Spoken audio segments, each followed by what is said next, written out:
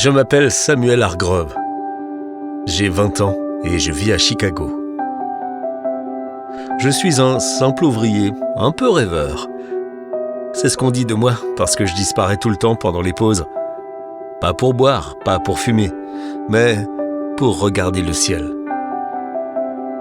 Je savais qu'un jour on travaillerait là-haut, au-dessus du vent. On me prenait pour un fou, jusqu'au jour où un ingénieur un peu étrange, William le baron Genet, est arrivé avec un projet que tout le monde jugeait impossible. Il cherchait des volontaires prêts à risquer leur vie en travaillant dans le vide. Une lumière s'est immédiatement allumée en moi. Et j'étais le premier ouvrier à rejoindre cette folle aventure inédite, ce pari de tenter de construire le premier bâtiment qui ne reposerait presque plus sur la pierre. Beaucoup ont ri. Je me souviens en tout cas des premiers jours à bonne hauteur. J'ai senti le bâtiment bouger sous mes pieds. Les gars disaient que c'était normal. L'acier, ça vit. J'ai appris à mieux le connaître. Le vent nous poussait, la ville nous regardait, et moi je rivais ces poutres comme si je cousais le ciel à la terre. On ne savait pas vraiment si ça tiendrait. Les responsables de la ville étaient tellement inquiets qu'ils ont interrompu la construction le temps d'enquêter sur la sécurité. Enfin, la sécurité. On n'avait pas de harnais à l'époque. Vous nous avez certainement vus en photo noir et blanc, assis sur une poutre d'acier en train de déjeuner, les pieds dans le vide.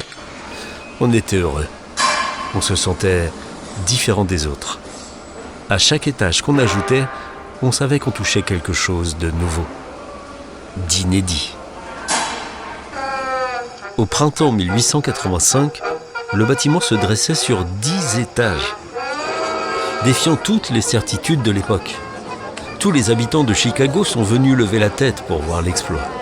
10 étages, une hauteur sans précédent, puis 2 étages supplémentaires en 1891. Personne n'a jamais vu ça, ni à Chicago ni ailleurs. Un exploit dont on parlait partout dans le monde. Avec sa structure en acier, le Home Insurance Building de Chicago est considéré comme le premier gratte-ciel au monde. Et je suis l'un des pionniers de cette construction. J'avais 67 ans quand ils l'ont démoli en 1931.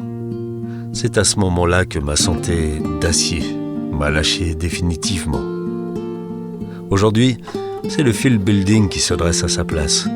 Mais dans la partie sud-ouest du hall d'entrée, vous trouverez une plaque qui rappelle qu'à cet endroit se dressait fièrement le Home Insurance Building, le père des gratte-ciels.